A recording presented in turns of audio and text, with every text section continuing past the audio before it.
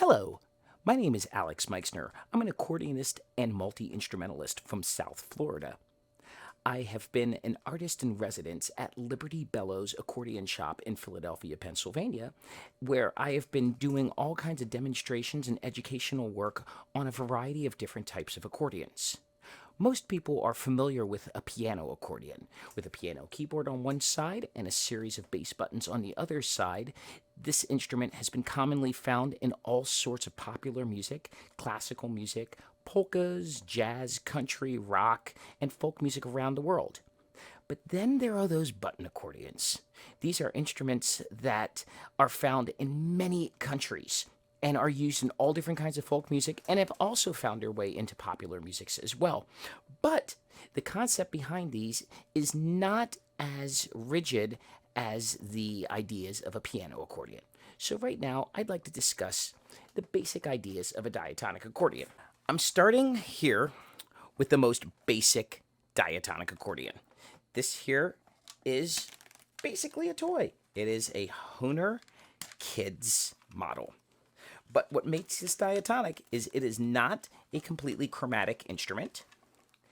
There is only the air valve over here and these two buttons.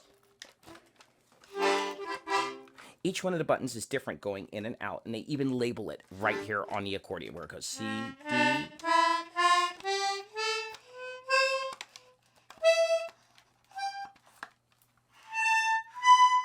And the top C isn't even there.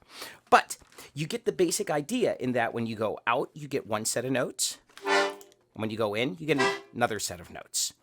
And the basic idea is that when you're going out, you get the dominant or the fifth scale degree of the key that you're in. When you're going in, you get tonic. Let's move to a fancier professional one-row accordion. These instruments here are commonly found in Cajun cultures in South Louisiana. They are based on a French Acadian tradition. And again, it's a one-row instrument where you go out, you get one set of notes, you get in, and you get the other set of notes. So again, dominant, tonic. The whole premise is that when you have a bass and a chord, it corresponds with the row that you are going, so that it is always going to be consonant. Each one of these buttons is different going in and out.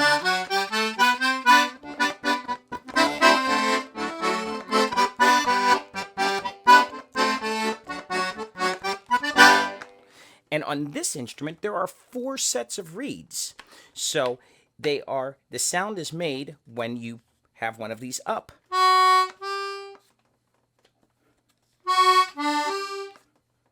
Here.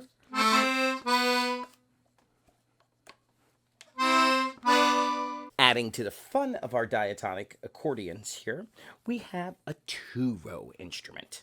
This instrument here, as you can see, has more buttons, not just over here, but they have added over on the left-hand side as well. Now, going in, we've got the one chord. In this case, it's G, and going out, we have a D7.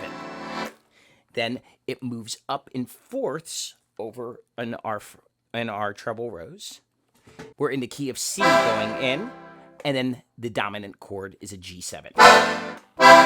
And again, we have the same correlation between the right hand and the left hand so that they will remain consonant with each other. Now, this specific style of instrument also has some extra bass notes that are there so that we have the ability to get a little bit of motion going on with the accompaniment on the left hand.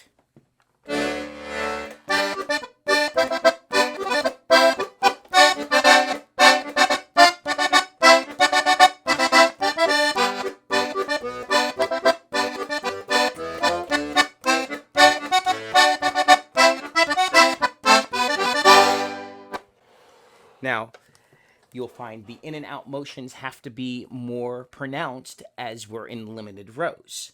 As we add rows to the instrument, we are able to have a more fluid style. Moving on to a 3-row instrument, we have the Hohner Corona. This instrument has pretty much defined conjunto, tejano, and norteño bands for many, many years. Although Hohner is a company based in Germany, these instruments have been very popular amongst Mexican groups. These instruments are diatonic in their key, just as the 1 and 2 row accordions, where we have, again, tonic, dominant, tonic, tonic, dominant, tonic. In addition to the system of diatonic notes that are ascending as we go up the keyboard,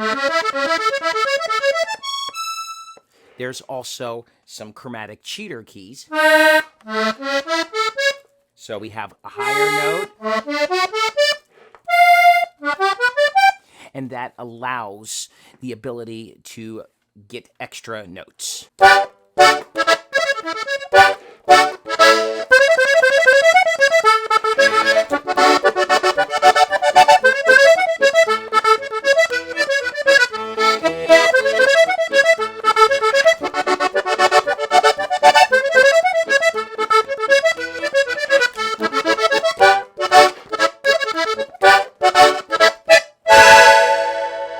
Finally, we get to the instrument that I have grown up playing for most of my life. This is a 4-row Strasser Steirische Ziehharmonika, an accordion that comes from Styria in Austria or Steijersko in Slovenia. These are fully diatonic instruments, except that there is a Gleichtone, a same tone, or a pivot note in the 2nd, 3rd, and 4th row, which is the 5 going in and out. Besides that, all the rest of the notes. The Steirische style accordions are available primarily in 3-row, 4-row, and also up to 5-row instruments. What signifies these instruments, as opposed to the other ones, are the bass notes. They do follow the same configuration of one set of bass notes for each row that are going to be with the tonic going in and a dominant going out. But these instruments have a special type of reed called the heligon.